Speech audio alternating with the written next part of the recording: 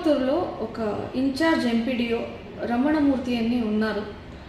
వాళ్ళపైన దీనికి ముందు కూడా వాళ్ళు నిధులు తప్పుదారి పట్టించిండేది, ఇవన్నీ చాలా జరిగినాయి. ఇవన్నీ కాకుండా ఆ మనిషికి నోటుదోలు అనేది చాలా ఎక్కువ.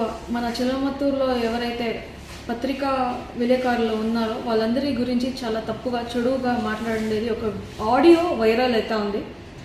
దీని గురించి ఎవరు యాక్షన్ తీసుకోలేదు ఇంతవరకు. బాలకృష్ణ గారు గత 2 రోజులుగా హిందూపురం నియోజకవర్గంలో ఉన్న మన విలేకరులు పోయి వాళ్ళని సంప్రదించడానికి అపాయింట్మెంట్ దొరకలేదు, వాళ్ళు దీన్ని కూడా పట్టించుకోలేదు.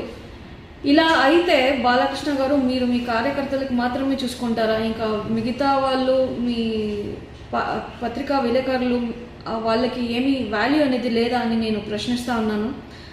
ఈ ఎవరైతే ఇన్ఛార్జ్ ఎంపీడీఓ ఉన్నారో వాళ్ళపైన యాక్షన్ తీసుకోవాలా?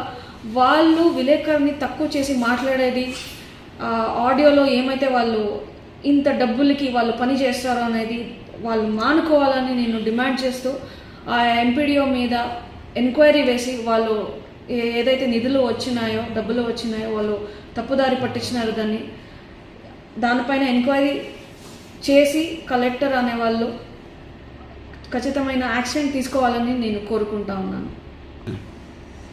అదే కాకుండా ఈ చిలమత్తూరు విలేకరులు మన వాళ్ళు ఎవరైతే ఉన్నారో, ఎవరైతే చిలమత్తూరులో విలేకరులు పనిచేస్తున్నారో వాళ్ళకి మద్దతుగా మేమందరం నిలబడతాం, వాళ్ళ తోడుగా మేము ఉంటాము అని చెప్తూ ఆ ఎంపీడీఓ లూజ్ టాక్ అనేది విలేకరుల మీద చేయకుండా, నోటు జారకుండా జాగ్రత్తగా ఉండాలని నేను హెచ్చరిస్తున్నాను.